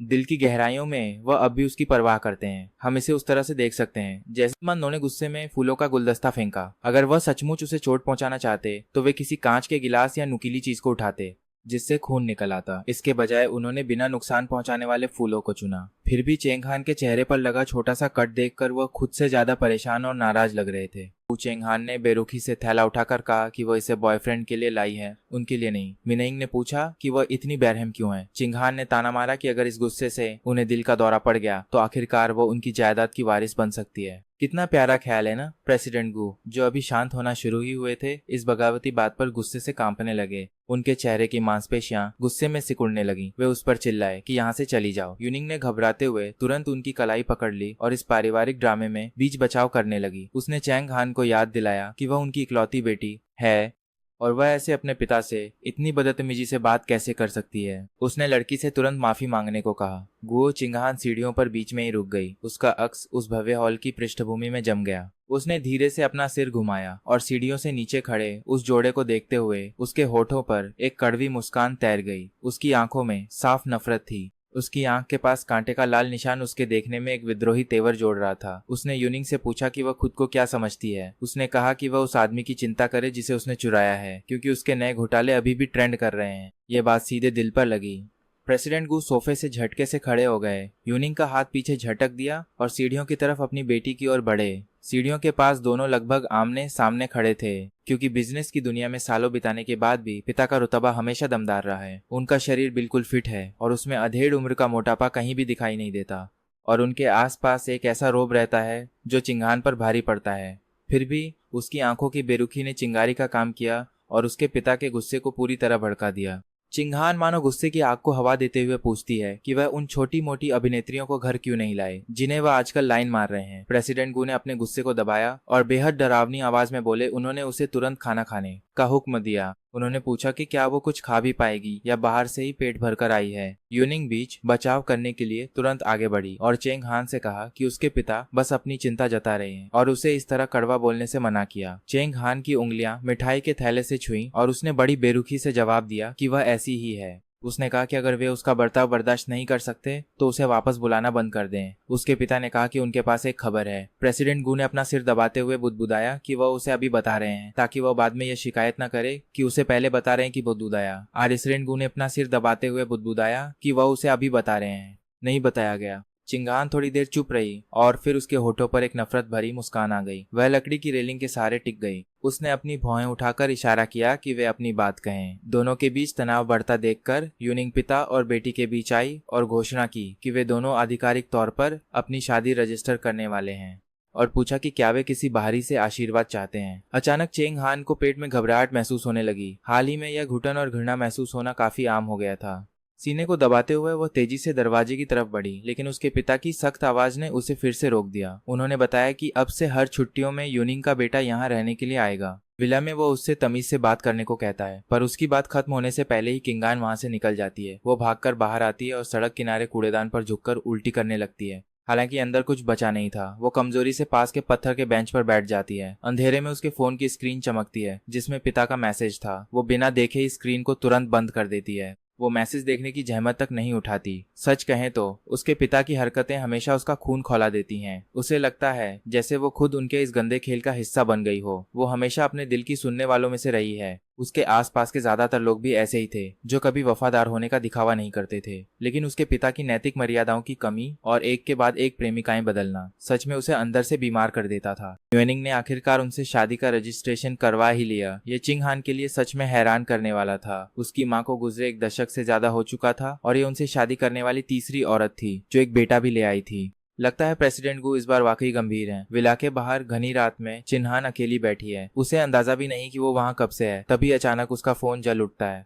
अंधेरे में उसकी स्क्रीन आंखों को चुभने जितनी तेज चमक रही थी। अपनी लंबी उंगलियों से फोन चलाते हुए वो स्क्रीन पर एक सरसरी नजर डालती है। घड़ी में अभी अभी रात के 12 बजे हैं और उसकी नोटिफिकेशंस में मैसेज हैं। म्यूनिक में बैठे उसके पिता के कई मैसेज हैं, लेकिन सबसे नया मैसेज शेंजेन का है। जिंगहान एक हाथ से चैट खोलती है, जहां स्क्रीन पर प्यारे प्यारे बर्थडे विशेष की एक कतार दिखती है। जन्मदिन मुबारक हो, जन्मदिन मुबारक हो बेबी चिंगहान, दुआ है कि तुम हर दिन खुश रहो। चिंगहान उस छोटे से किसिंग इमोजी को एकटक देखती है, जबकि स्क्रीन पर जन्मदिन के इफेक्ट्स एक एक करके आते हैं और फिर धीरे धीरे गायब हो जाते हैं। वो पल भर के लिए हैरान रह जाती है। खुद को संभालने में उसे थोड़ा वक्त लगता है। अब कांपते हाथों से फोन पकड़े हुए वो बहुत संजीदगी से जवाब टाइप करती है। इस बीच चिनचिन के तकिए के पास रखे फोन की स्क्रीन चमकती है, पर इससे उसके मीठे सपनों में कोई खलल नहीं पड़ता। अगली सुबह जल्दी ही शाओ शुवेई नाश्ता लेकर घर पहुंचती है। दादी पहले से ही किचन में पैनकेक बना रही हैं। शुवेई को दरवाजे पर देखकर दादी पूछती हैं कि वो सिर्फ नाश्ता देने इतनी दूर क्यों आई, आखिर परिवार को उसका ख्याल रखना चाहिए। शुवेई दादी को याद दिलाती है कि उसने छुट्टियों में नाश्ता संभालने का वादा किया था और वो दादी से आराम करने को कहती है। शुवेई टेबल पर पोर्क और एग कांजी रखती है और बेडरूम के बंद दरवाजे की तरफ मुड़कर पूछती है कि क्या चिनचिन अभी भी सो रही है।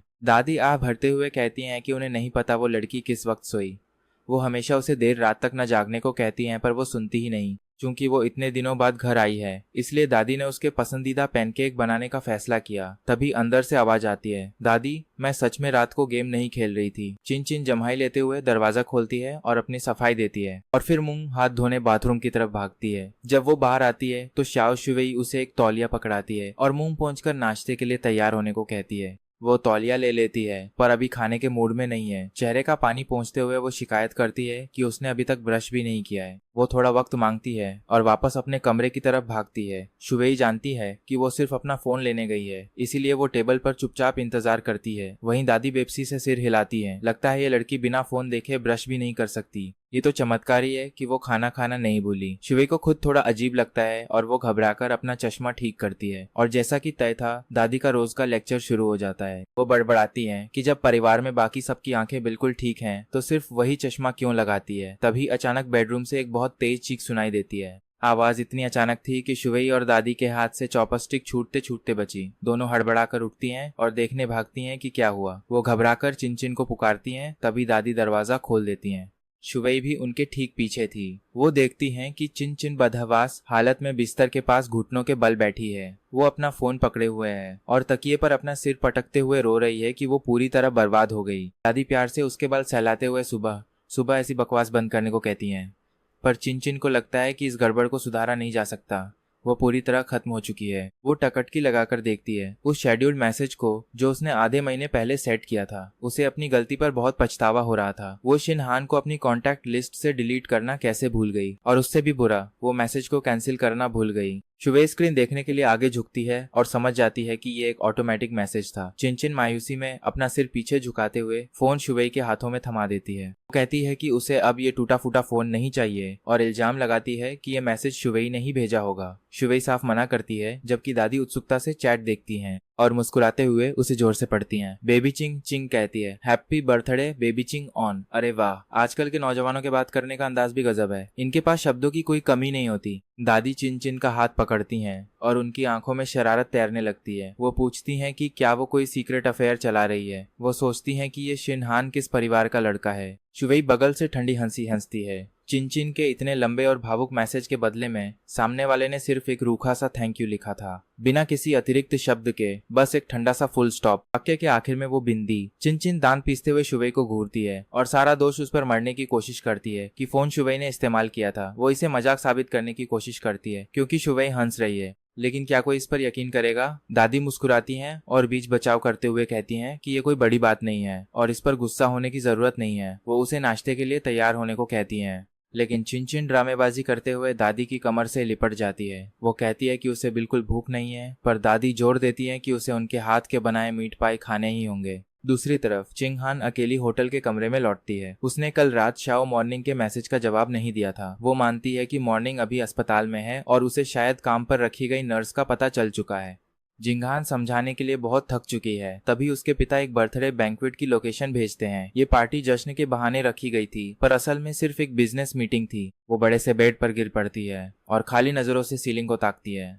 उसका दिमाग चिनचिन के उसी बर्थडे मैसेज, चमकते दिलों, केक, गुलाब के फूल और उस मजाकिया किसिंग इमोजी से भरा हुआ था। वो काफी साहसिक कदम था। किंगहान अनजाने में अपना हाथ उठाती है और उसकी ठंडी उंगलियां अपने ही होठों को छूती हैं। वो याद करती है कि चिनचिन आमतौर पर उसके साथ कैसा बर्ताव करती है। बिना सोचे समझे वो अपने सूखे होठों को चाटने लगती है। अचानक ये एहसास होने पर कि वो कितनी अजीब हरकत कर रही है, वो उठ बैठती है और चिढ़कर अपने होठों को आपस में दबा लेती है। वो अपने फोन की तरफ मुड़ती है। वो अपने पिता द्वारा भेजी गई लोकेशन को कॉपी करती है और अपनी पूरी कॉन्टैक्ट लिस्ट में भेजने के लिए मैसेज तैयार करती है। मैसेज सिर्फ एक इंसान को छोड़कर सबको चला जाता है। चैट बॉक्स में एक लाल निशान दिखाई देता है। जिनहान तुरंत उसका स्क्रीनशॉट लेती है। वो दोबारा चैट खोलती है जहां बातचीत दिनों से थमी हुई थी। जब वो वही स्क्रीनशॉट भेजने की कोशिश करती है तो सिस्टम उसे एक रूखा सा नोटिफिकेशन देता है कि पहले इस नंबर को फ्रेंड लिस्ट में जोड़ें। जिंगहान गुस्से से अपने दांत पीसती है और तेज कदमों से अपने होटल के कमरे की बालकनी की तरफ बढ़ती है। वो फोन को इतने जोर से पकड़ती है कि उसकी उंगलियां सफेद पड़ जाती हैं।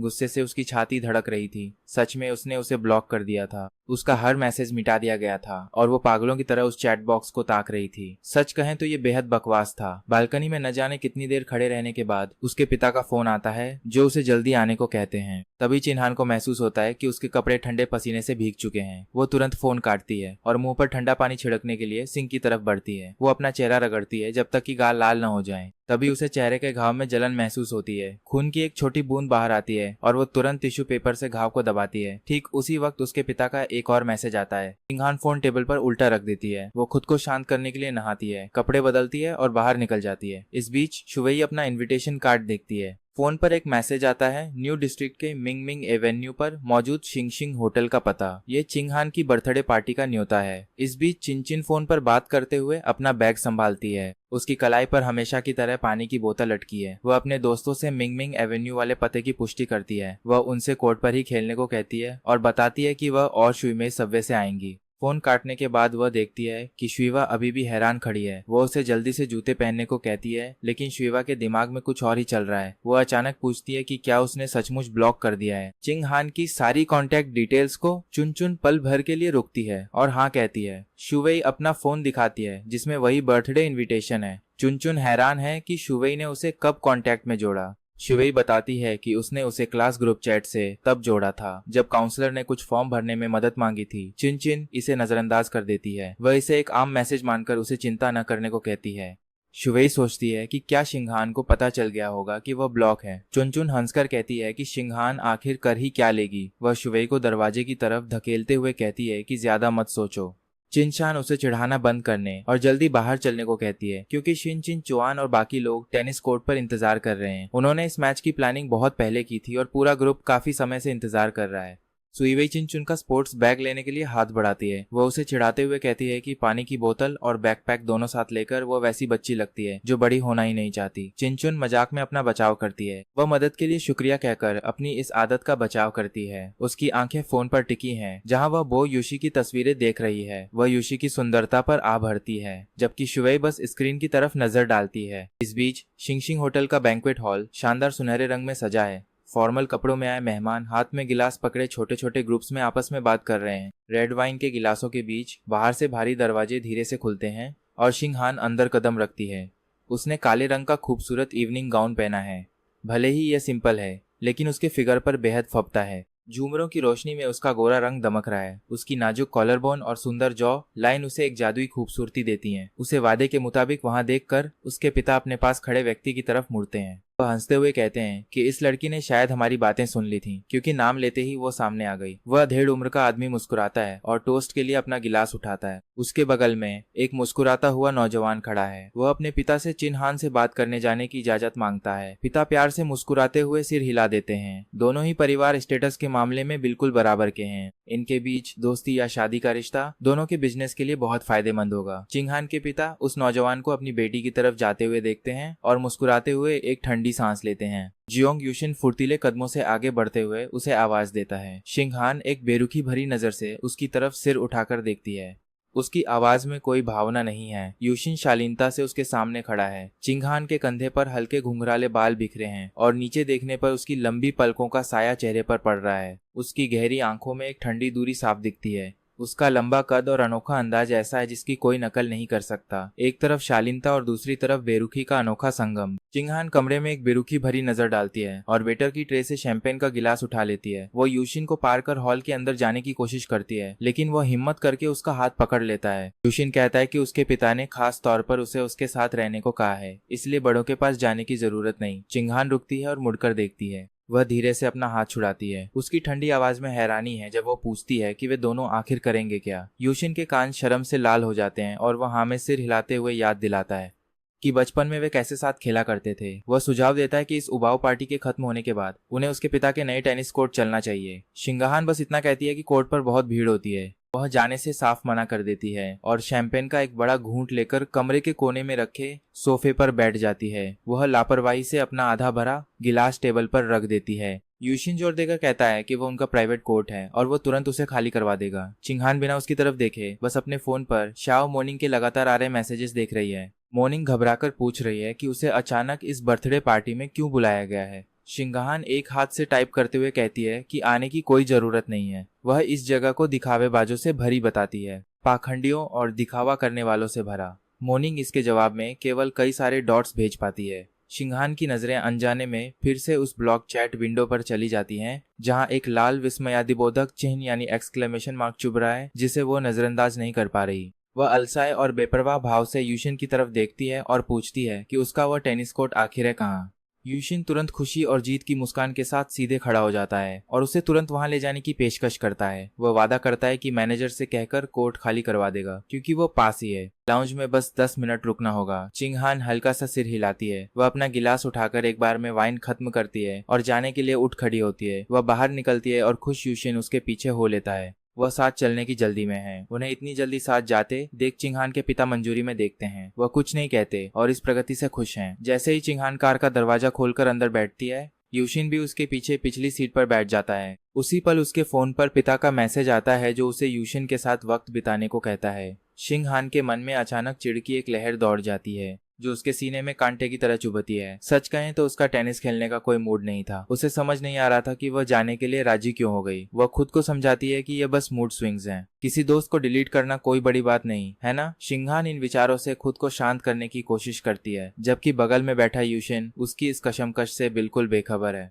वह चिंगहान को देखने के लिए अपना सिर घुमाता है और उसे लेदर सीट पर टिके हुए देखता है, जिसकी आंखें सूनी और खोई हुई लगती हैं। जब वे टेनिस कोर्ट के बाहर पार्किंग में पहुंचते हैं तो यूशिन समझदारी से पहले उतरता है। वह धूप से बचाने वाली एक बड़ी छतरी खोलता है। चिंगहान उस पर एक हल्की नजर डालती है और कुछ कदम दूर बने कोर्ट के गेट को देखती है। तभी एक याद उसके मन में उभरने लगती है जिसे वह रोक नहीं पाती, जिसमें शुयुए प्यार से उसके लिए छतरी पकड़े खड़ी थी। कार से बाहर कदम रखकर वह अपने कंधों को हिलाती है और तेज धूप में आंखें सिकोड़ते हुए एक गहरी उलझन में डूब जाती है। वह सोचती है कि उसने उसे फ्रेंड लिस्ट से क्यों डिलीट कर दिया। इस बीच इंडोर कोर्ट में मूचुन और उसके साथियों ने खेलना शुरू ही किया था कि मैनेजर बेहद खेद जताते हुए उनके पैसे वापस करने आता है। वह बताता है कि एक जरूरी सूचना आई है और उन्हें कोर्ट बंद करना पड़ रहा है। लेनेशान, जो अभी खेल में रम रहा था, अपना रैकेट पकड़कर पूछता है कि आखिर बात क्या है, क्योंकि उसे तो अभी पसीना तक नहीं आया। मैनेजर माफी मांगते हुए कहता है कि अचानक कुछ जरूरी काम आ गया है। वह पूरे पैसे वापस करने की बात कहता है और हर जाने के तौर पर कुछ बढ़िया डिस्काउंट कूपन देने की पेशकश करता है ताकि वे उनकी मजबूरी समझ सकें। शुवई अपना रैकेट पैक करते हुए श्यान के कंधे पर दिलासा देता है। वह उससे बात को जाने देने को कहता है और कहीं और जाकर खेलने का सुझाव देता है। हालांकि मुयोंग बड़बड़ाना बंद नहीं कर पाता। वह सोचता है कि आज के दिन को क्या हो गया है, क्योंकि ये दूसरी जगह है जहां से उन्हें जाना पड़ रहा है। उनका पुराना अड्डा भी आज बंद था। बड़ी मुश्किल से ये जगह मिली थी और यहाँ भी थोड़ी देर में ही बाहर कर दिया। मूचुन मजाक में कहता है कि शायद किसी रईस औरत ने अपने आशिक के लिए पूरा कोर्ट बुक करवा लिया हो। सच कहें तो यह एक आम बात है। वे पांचों दिल पर बात लेने वाले नहीं हैं, इसलिए पैसे और फ्री कूपन लेकर वे जाने की तैयारी करते हैं। मूचुन खाली होते कोर्ट को देखता है और अपने बैग के बारे में पूछता है, लेकिन शुवेई पहले ही तैयार है। शुवेई हाथ में पकड़ा बैग हिलाता है और कहता है कि सब कुछ उसके पास है, इसीलिए जल्दी करो। मूचवान ग्रुप के पीछे चलने लगता है कि तभी वो अपना माथा पीटता है। उसे याद आता है कि वह अपनी पानी की बोतल लाउंज में ही भूल गया है। शुवेई उसे पीछे जाने से रोकता है और मूचुन से वहीं रुकने को कहता है, क्योंकि उसे पता है कि बोतल कहाँ छूटी है और वो खुद जाकर उसे ले आएगा। जैसे ही वे अंदर जाते हैं, यूसन देखता है कि शिनहान अचानक रुक गई है। उसकी नजरें लॉबी में किसी पर टिकी हैं। थोड़ा हैरान होकर वह भी उधर देखता है, जहां उसे दिखता है 3 लड़कों और 2 लड़कियों का ग्रुप। एक सलीके वाले नौजवान की पीठ उनकी तरफ है। यूसन उत्सुकता से उन्हें देखता है, फिर चिंघन पर नजर डालता है। वह सोचने लगता है कि क्या वाकई वो उसका टाइप है, लेकिन सिंघन उसे एक तीखी और ठंडी नजर से देखती है। वो अचानक पूछती है कि क्या उसने कोर्ट खाली कराने को नहीं कहा था। यूसन सचमुच हैरान दिखता है और उसे याद दिलाता है कि भीड़ और शोर से परेशानी तो उसी को थी। सिंघान सिर झुकाकर गंभीर आवाज में कहती है कि ग्राहकों को भगाने से उसके पिता के बिजनेस को नुकसान पहुंचेगा। यूसुन बेपरवाही से हाथ हिलाकर कहता है कि उसके पिता तो बस मजे के लिए कोर्ट चलाते हैं, उन्हें इतने छोटे मुनाफे की फिक्र नहीं। सिंघान सिर हिलाती है पर रोक नहीं पाती अपनी नजरों को हॉल के दूसरे कोने पर जाने से। वहाँ लंबी कद काठी वाली शुवे लाउंज से बाहर आ रही है। हाथ में सिनेमोन रोल वाली नीली बोतल है। चिंघान का चेहरा सख्त हो जाता है। वह सोचती है कि ये लड़की हर जगह क्यों धमकती है। उसे ख्यालों में खोया देख यूसुन उसके सामने आकर उसका रास्ता रोकता है। अनदेखा किए जाने से चिढ़ा हुआ वह पूछता है कि आखिर वो खेलने आ रही है या नहीं। आखिरकार होश में आते ही वो बिना कुछ बोले वीआईपी रिसेप्शन रूम की तरफ मुड़ जाती है। वहीं पास में मुकन अपनी बोतल सीने से चिपकाए और शुआयु को थैंक्स कहता है। मिल्केन उसे अंगूठा दिखाकर इशारा करता है, जबकि जीशियन सिर हिलाकर उसकी भुलक्कड़ आदत का मजाक उड़ाता है। मिल्केन जोर देकर खुद का बचाव करता है कि वह आज सिर्फ 2 ही चीजें लाया था, बैग और बोतल, तो वह भला भुलक्कड़ कैसे हो सकता है। हंसते बोलते हुए वे सब बाहर जाने के लिए मुख्य गेट के करीब पहुंचते हैं। अभी एक स्टाफ मेंबर पसीने से लथपथ और घबराया हुआ भागता आता है। वह माफी मांगते हुए बताता है कि रिसेप्शन रूम के खास मेहमान उन्हें साथ खेलने के लिए बुला रहे हैं। माथे से पसीना पोंछते हुए वह इस अचानक आए बदलाव को समझाने की कोशिश करता है। यह स्थिति बड़ी अजीब थी, पहले बाहर निकाला और अब पीछे भागकर मिन्नतें कर रहे हैं। वापस बुलाने की। शुवे माथे पर बल लाकर उस कर्मचारी से हैरानी से पूछती है कि आखिर यह अजीब मांग कर कौन रहा है। वह कर्मचारी आदर से जवाब देते हुए कहता है, मेहमान ने खुद को उसका दोस्त बताया है। यह सुनकर जीशान मजे लेते हुए शुवे को कोहनी मारता है। वह हंसते हुए पूछता है कि उसने ऐसा रसूखदार दोस्त कब बना लिया। शुवे की उलझन और बढ़ जाती है। उसके चेहरे पर अचरज है क्योंकि उसे कोई अंदाजा नहीं कि वह कौन है। इस बीच हम शानदार वीआईपी रूम में लौटते हैं जहाँ यूसन लेदर सोफे के पास हाथ बांधे खड़ा है। उसका पारा चढ़ा हुआ है। उसे अकेले खिलाने का वादा मिला था, इसलिए वह नाराजगी से पूछता है कि उसने अचानक दोस्तों को क्यों बुलाया। लेकिन चिंगहान बिल्कुल शांत बैठी है। वह सोफे पर आराम से चाय के प्याले को घुमा रही है। उसकी नजरें चाय की लहरों पर हैं, जैसे उसे कोई फर्क ही न पड़ रहा हो। उसके गुस्से से बेअसर वह शांति से उसे याद दिलाती है कि उसने साथ रहने का वादा कभी नहीं किया था। चिढ़कर वह पैर पटकता है, मेज से कप उठाता है और एक ही घूंट में चाय खत्म कर प्याला टेबल पर पटक देता है, जिससे चीनी मिट्टी की तेज आवाज गूंजती है। कुछ देर बाद पूरा ग्रुप खाली टेनिस कोर्ट पर पहुंचता है। मिकन चारों तरफ देखता है और सोचता है कि वे दोस्त हैं कहाँ। वह शुवे से पूछता है कि उसका दोस्त अभी तक क्यों नहीं आया। कर्मचारी झुककर बताता है कि वे कपड़े बदल रहे हैं। जीशन हाथ बांधे बैठ जाता है और बड़बड़ाता है कि बुलाकर इंतजार कराना अच्छी बात नहीं है। मिल्किन पानी पीते हुए नजरें गेट पर टिकाए रखता है। वह जानने को बेताब है कि शुआइवेस का यह सीक्रेट दोस्त कौन है। तभी चिंचुआन उसे हैरान होकर टोकता है और पूछता है कि क्या सामने से आने वाली लड़की चिन्हान है। म्यूकिन उधर देखता है और एक ही नजर में समझ जाता है कि वो वाकई वही है। काले स्पोर्ट्स वियर में वो बेहद शानदार लग रही है और उसके पीछे एक हैंडसम लड़का आ रहा है। उनकी मैचिंग स्टाइल कपल जैसी लग रही है। जब वो पास आती है तो म्यूकिन देखता है उसकी आंख के कोने पर एक छोटा बैंड ऐड लगा है। वह सोचता है कि क्या हुआ होगा। शुइयो आगे बढ़कर चिंघन का रास्ता रोकती है, जबकि जीशियन माहौल के बदलते तेवर भांप लेता है।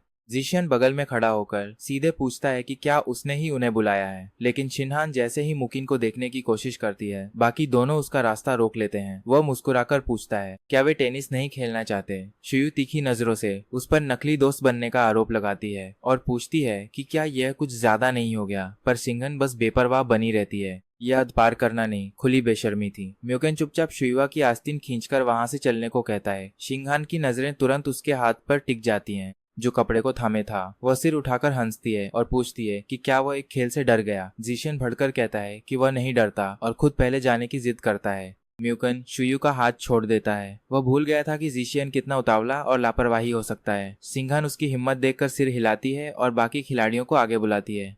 एक अजनबी के साथ मिलकर वह 5-5 खिलाड़ियों के मैच की टीमें तय करती है। मिकन देखता है कि उसकी टीम में सिर्फ लड़कियां हैं, जिससे वह थोड़ा असहज हो जाता है। वह तुरंत विरोध जताते हुए कहता है कि टीम में सिर्फ लड़कियों का होना ठीक नहीं है। चिंघान उसकी तरफ देखकर कहती है कि तो वह उसकी टीम में आ जाती है। मिल्कन तुरंत एक कदम पीछे हटकर साफ कर देता है कि वह उसे पास नहीं चाहता। शुवे तुरंत आगे आकर टीमें फाइनल कर देती है।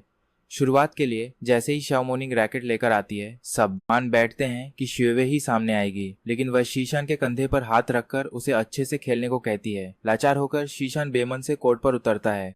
मिकन बेंच पर बैठकर घबराते हुए पानी की बोतल पकड़ लेता है। वह सोचता है कि क्या वाकई जीशियन के जीतने का कोई चांस है। शाओमोनिंग प्रोफेशनल नहीं दिखती और जीशियन भी पीछे हटने को तैयार नहीं है। म्यूकन चिंगहान के कोर्ट की तरफ देखता है, जहां मैच देख रहे लड़के के अलावा बाकी सब फोन में बिजी हैं। तभी अचानक चिंगहान सिर उठाती है और उसकी नजरें म्यूकन से मिल जाती हैं। घबराकर वह तुरंत नजरें हटा लेता है और बोतल का ढक्कन खोलने लगता है। मुयोंग उसकी इस अचानक बदली आदत से हैरान होकर पूछता है कि जब स्ट्रॉ लगे तो पूरा ढक्कन क्यों खोल रहे हो। म्यूकन अपनी घबराहट छुपाते हुए बहाना बनाता है। तभी चिंचुआन टोकता है कि उसे तो हमेशा स्ट्रॉ चबाना पसंद है। म्यूकन खांसते हुए बात टालता है कि यह बुरी आदत है जिसे वह छोड़ना चाहता है। शिवा उसे नया कैमरा दिलाने का वादा करती है और सोचती है कि यह अचानक बदलाव क्यों आया। वह बहाना बनाता है कि कैमरा वैसे भी बेकार ही पड़ा रहेगा। वह दूसरी तरफ से आ रही नजरों को पूरी तरह अनदेखा करता है। मैच देखते हुए यूसुन को एहसास होता है कि मोनिंग को खेलना ही नहीं आता। वह घबराकर चिंगहान से पूछता है कि क्या उसका ये दोस्त भरोसेमंद भी है। चिंगहान बेफिक्री से कहती है कि उसने कभी टेनिस नहीं खेला। यूसन सन्न रह जाता है। जब वो पूछता है कि फिर उसे बुलाया ही क्यों, तो वो लापरवाही से कहती है कि बस टाइम पास के लिए। यूसन हैरान रह जाता है और पूछता है कि क्या उसे विरोधी टीम में कोई पसंद है। चिंगान की नजरें नीचे झुकने से पहले म्यूकन पर जाकर टिकती हैं। वो उसे चुप रहने को कहती है। उधर कोर्ट पर जीशियन राहत की सांस लेता है क्योंकि खेल काफी आसान है। हम चिंचुआन को कोर्ट पे जाने की तैयारी करते देखते हैं, पर म्यूकेन उसे रोककर खुद खेलने का फैसला करता है। उधर जब यूसन उतरने लगता है तो चिन्हान अचानक रैकेट उठा लेती है और कहती है कि यह राउंड वो खेलेगी। यूसन मना करता है कि वो संभाल लेगा, पर चिंगहान जिद करती है क्योंकि उसे सामने वाला खिलाड़ी चिड़चिड़ा लगता है। यूसन हैरान होकर म्यूकेन को देखता है कि वह लड़का हैंडसम और फिट है, जैसा चिन्हान को पसंद आता है। चिन्हान नेट के पास जाकर सीधे म्यूकन से पूछती है कि उसने खिलाड़ी क्यों बदला और वह क्यों। उसका कांटेक्ट डिलीट कर दिया। उसकी आवाज कोर्ट में साफ गूंजती है, जिससे मुचन अवाक रह जाता है और समझ नहीं पाता कि इस सीधे टकराव का क्या जवाब दे। वह चिंगहान की नरों से नरे मिलाता है, जो रैकेट पर अपनी पक मजबूत करते हुए उससे अपनी बात दोबारा दोहराने को कहती है। मिल्कन गहरी सांस लेता है और हार मानने की बात कहकर अपना रैकेट गिरा देता है और वहां से चला जाता है। शुयुए तुरंत अपना बैग उठाकर उसके पीछे भागती है और जिशियन से रैकेट वापस लाने को कहती है। चिंगहान हैरान खड़ी रहती है। उसका रैकेट जमीन पर गिर जाता है। तभी मोर्निंग और श्याओयुए वहां आते हैं। इस अचानक विदाई से वे पूरी तरह हैरान हैं और सोच रहे हैं कि आखिर माहौल कैसे खराब हुआ। गिरा हुआ रैकेट उठाते हुए मोर्निंग बुदबुदाती है कि उन्हें तो जानबूझकर हारना था और अब ये नाटक आगे कैसे चलेगा। सिंघान एक गेंद मोर्निंग की तरफ उछालती है और कहती है कि उसे कोई जरूरी काम है। वह तेजी से निकल जाती है और उसके दोस्त उसे देखते रह जाते हैं। शाओ सिर हिलाकर कहती है कि आमतौर पर लोग सिंघान के पीछे भागते हैं, यानी म्यूकन कोई मामूली लक्का नहीं है। जैसे ही चिन्हान कोर्ट से बाहर निकलती है, उसके पिता का फोन आता है। वह चिक्कर फोन काट देती है क्योंकि उसका कोई लेक्चर सुनने का मूड नहीं है। उसके पिता मेहमान को अकेला छोड़ने पर डांटते हुए मैसेज भेजते हैं, लेकिन शिनहान अपना फोन बंद कर देती है। तभी दूर उसे शुआवे दिखती है, जो तेजी से मुकेन के पीछे भागते हुए उसे रुकने के लिए चिल्ला रही है। उसके ठीक पीछे चलते हुए वह जानना चाहती है कि आखिर क्या हुआ, लेकिन म्यूकन सिर झुकाए तेज कदमों से चलता रहता है। वह उसे पीछे आने से मना करता है और कहता है कि वह खुद वापस चला जाएगा, लेकिन वह चिंता में डूबी है और सोचती है कि उसे अकेले कैसे छोड़ दे। म्यूकन कांपती आवा में कहता है कि वो बच्चा नहीं है, लेकिन शुवे पलटकर जवाब देती है कि वो बिल्कुल एक नखरेबाज बच्चे की तरह बर्ताव कर रहा है। वह आ भरकर उसका हाथ पकती है और बिलबोर्ड के पीछे रोने की सलाह देती है। वह हाथ छुपाते हुए कहता है कि वह नहीं रो रहा, पर जैसे ही शीला हाथ छूती है, वो चुपचाप बोर्ड के पीछे चला जाता है और सिर झुकाकर सुबकने लगता है। शिवे चुपचाप उसके पास आकर पहरा देने खजी हो जाती है। तभी चिंगहान की नर उन पर पती है और वह उनकी तरफ बढ़ने लगती है, लेकिन अचानक ट्रैफिक लाइट बदल जाती है और गाड़ियां चलने लगती हैं, जिससे उसे रुकना पड़ता है। तभी एक काली सेडान उसके पास आकर रुकती है। खिक्की के पीछे जिंगहान के पिता दिखाई देते हैं। उनकी भारी और रौबदार आवा उसे कार में बैठने का हुक्म देती है। जब वो अनदेखा करती है तो दो आदमी बाहर आकर उसका रास्ता रोक लेते हैं, जिससे वो गुस्से में पीछे मुड़ने पर मजबूर हो जाती है। पिता फिर आदेश दोहराते हैं तो शिनहान भगकर कहती है कि उस औरत से उनकी शादी का उससे कोई लेना देना नहीं है, चाहे वह कितनी भी तीखी बातें कहे। उसके पिता चुपचाप शीशा छा देते हैं। अब अपना गुस्सा पीने और कार में बैठने के अलावा उसके पास कोई दूसरा रास्ता नहीं बचता।